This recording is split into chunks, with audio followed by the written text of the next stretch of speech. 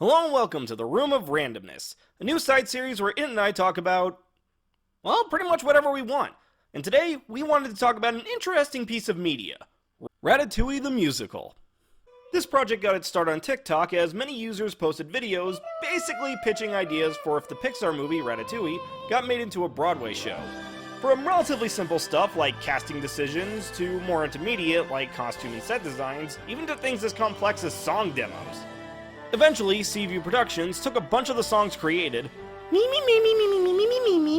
wrote a script for it, and with a variety of TikTok users and Broadway veterans, turned it into a full show. By buying a virtual ticket starting January 1st, 2021, people became able to stream the show in its entirety. All the proceeds from these ticket sales went to the Actors Fund, a charity that provides support to actors who were put out of work due to the pandemic. Surprisingly, Disney was not only cool with it, but seemed to support it. They even went as far as to have Disney Channel star Milo Manheim film a video on the site of Disney World's new Ratatouille ride as a, quote, unofficial audition. Seriously, you can find this on the official Disney Parks TikTok page. Now, I want to go on record of saying that due to the nature of the production and the fact that it was done for charity, any negative things we may say about this should be taken with a grain of salt. No matter what criticisms we give, we still think the show is an amazing feat. First up, the music. If I hadn't heard otherwise, I'd have never guessed that these songs were written by random people on the internet. Not just because they're quality songs, but because they all managed to keep the same feel to them, as if all the writers were collaborating. My personal favorite being Remember My Name. Second, the cast is spectacular. The main cast being made up of Broadway veterans, including Titus Burgess as Remy, Wayne Brady as his father Django, and Ashley Park as Colette.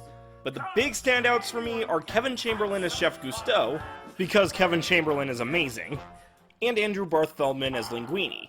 You couldn't have picked an actor who looks more like the original character if you tried. All the actors and dancers bring a fantastic energy to this production that makes them fun to watch. And, you know, being great singers helps too. Unfortunately, however, this is where most of my compliments end, because there are things that kinda annoy me about this production. If I could sum up most of my problems in one word, it'd be inconsistency. Now, I want to make clear that I fully understand why this is the case. After all, the entire show is done with the actors filming themselves on their phones. However, take the opening number where Chamberlain is in his kitchen with a copy of Anyone Can Cook sitting on his counter, actually having a set, whereas Mary Testa, who plays Chef Skinner, is sitting in the corner with a camera right up to her face. And then there's the costumes. As the show begins, Remy starts things off with this line. Yes, before you had to ask, I am indeed a rat. I may not look like it, but I am. Now, this says to the audience, the rats in this show are going to look nothing like rats, which is perfectly fine. There's nothing wrong with leaving things to the audience's imagination. But then you got Django with this amazing costume that combines rat aesthetics with a sort of stereotypical homeless person. I guess I'd just rather have one or the other. You know, take one idea and run all the way with it. Also, this has nothing to do with the consistency point, but I feel the need to bring it up. What is up with the vocal effect that they put on Chamberlain when he's Ghost Gusteau? Gusteau, if you will.